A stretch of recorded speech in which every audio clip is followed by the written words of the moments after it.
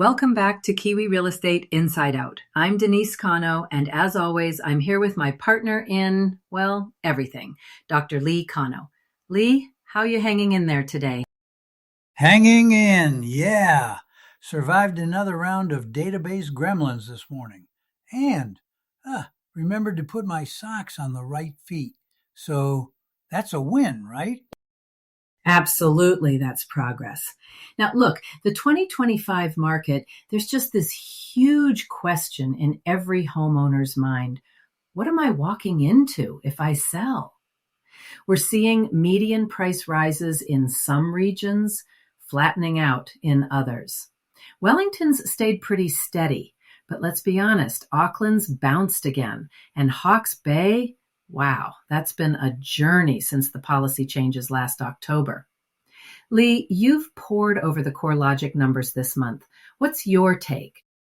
Yes, according to the latest figures, Auckland's median sits just north of $1.1 million again.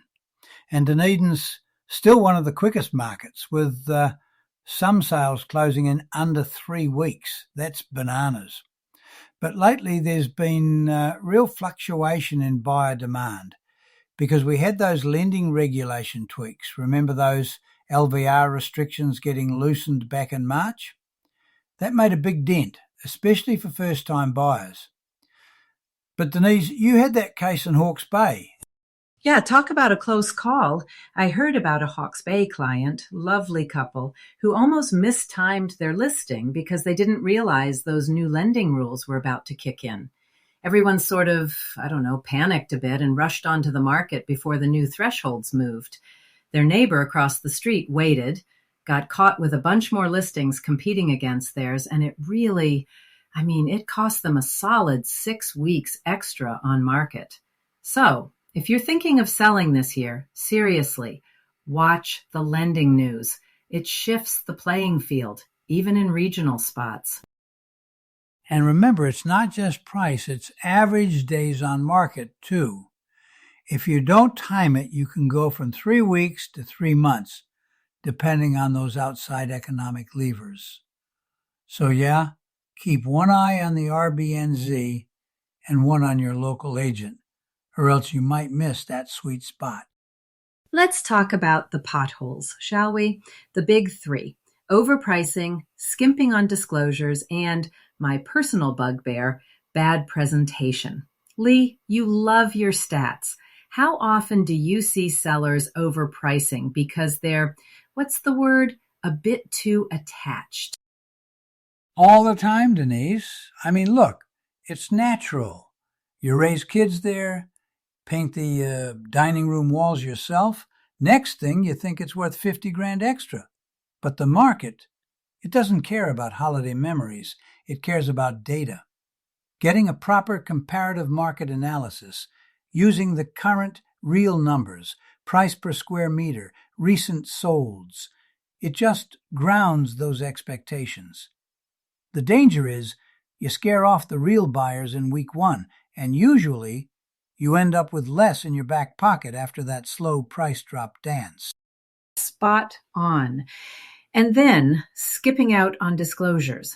That old maybe the next owner won't notice bit, it's just, ugh. Lee, you want to talk about Auckland last year? Oh man, yeah. There was this homeowner, skipped the pre-sale inspection, trying to save a buck, right? Didn't disclose an older roof leak because, well, it's fixed, it's fine. But the buyers found it 2 weeks before settlement.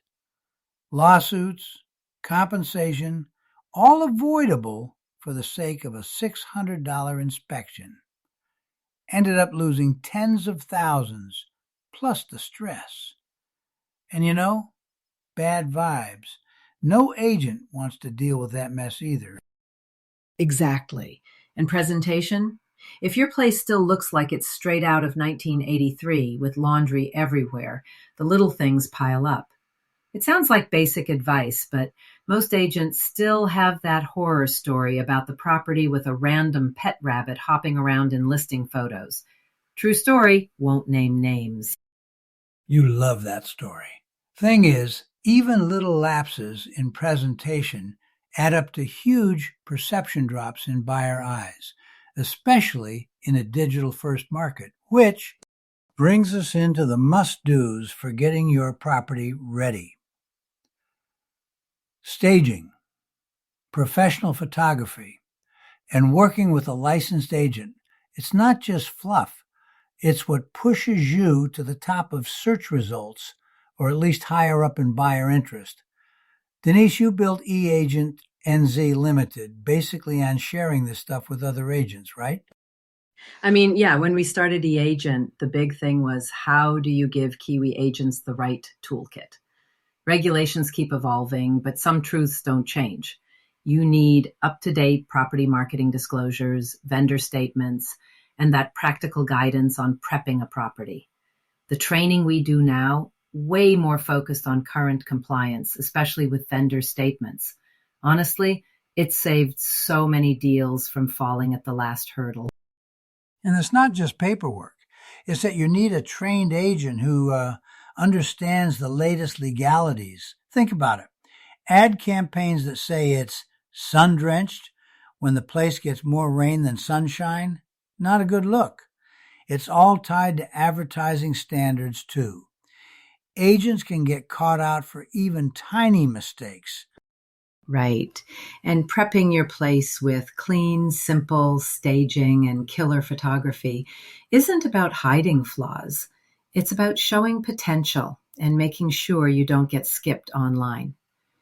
Doing the basics properly actually means fewer headaches later. The training is about setting sellers up for that, because nobody wants the "why isn't my house selling" question if it's something you could have fixed with, I don't know, a new welcome mat and legal description check. If every seller in 2025 just took a beat, did those 3 steps, and worked with a qualified agent, the settlements would be way less dramatic and less likely to end up with Denise phoning me at 11 p.m. about some bizarre clause mix-up. All right, so you've got offers coming in. Now what? Negotiations can still honestly make or break the whole process. Understanding your market value is the first biggie, but the real trick is, can you stay a little flexible on things like settlement dates, inclusions? You know, those little extras buyers love. Yeah, and don't get forced into a corner on price alone. Sometimes the buyer who offers slightly less but can settle fast, with all the right paperwork sorted, might be your best bet, especially if you're relocating or need certainty. Documentation matters. A single misdisclosure or uninitialed alteration could turn weeks of negotiation into a legal headache. I've sat through enough of those at 2 a.m. to last a lifetime. Plus, when you build a bit of a team, your agent, solicitor, maybe a marketing specialist, you get insights you just can't spot solo. The local nuances, the tiny contract terms you'd otherwise miss. We talked about this in the Maori etiquette and local network episodes, knowing the right people to ask. That can help the deal move 10 times faster. No fancy trick, just experience and, honestly, a bit of humility to ask for help when you need it. And sometimes the difference between a smooth close and a drama-filled slog is just one keen-eyed conveyancer who double-checks that settlement instruction. Relationships count, especially in a year where one missed tick box can turn into settlement delays and grumpy lawyers. Let's not forget the shiny stuff, tech. A lot of sellers still underestimate what, a proper virtual tour or a good 3D walkthrough does for your property visibility. Last year, it felt like every second buyer was a remote worker looking from Wellington or even overseas. Absolutely. And targeted online listings, those social media teasers and digital ad campaigns, they're what gives you a shot at those busier, harder to reach buyers. I mean, no one's scanning the newspaper classifieds anymore, right? Your phone buzzes. Someone wants a home tour at midnight. Don't even remind me about the 3 a.m. WhatsApp queries. But yeah, a good agent or seller has to know their way around online platforms. TradeMe, realestate.co.nz, the whole lot. And don't get me started on the advantages of managing offers with the latest software tools. I know, I sound old when I say back in the day, but honestly, deal tracking tools, offer management apps, they make the logistics so much simpler for everyone involved. It's all about making it easier to communicate, keep buyers informed, and pounce on an offer before someone else does. I think if we can take anything from the last couple of years, especially with clients demanding instant responses, it's that good tech is the difference between chasing your tail and closing confidently. Exactly. That's a good place for us to wrap for today. Whether you're prepping for sale or just curious about the 2025 landscape, it pays to be a little proactive, a little techie, and most of all, to lean on the right people for help. Couldn't have said it better, Denise. Next time, we'll probably dig even deeper into a few of these, right? Absolutely. Thanks for joining us, Lee, and thanks to everyone listening. I'm Denise Cano. And I'm Dr. Lee Cano, signing off for now. Catch you next episode on Kiwi Real Estate Inside Out. Ka kite.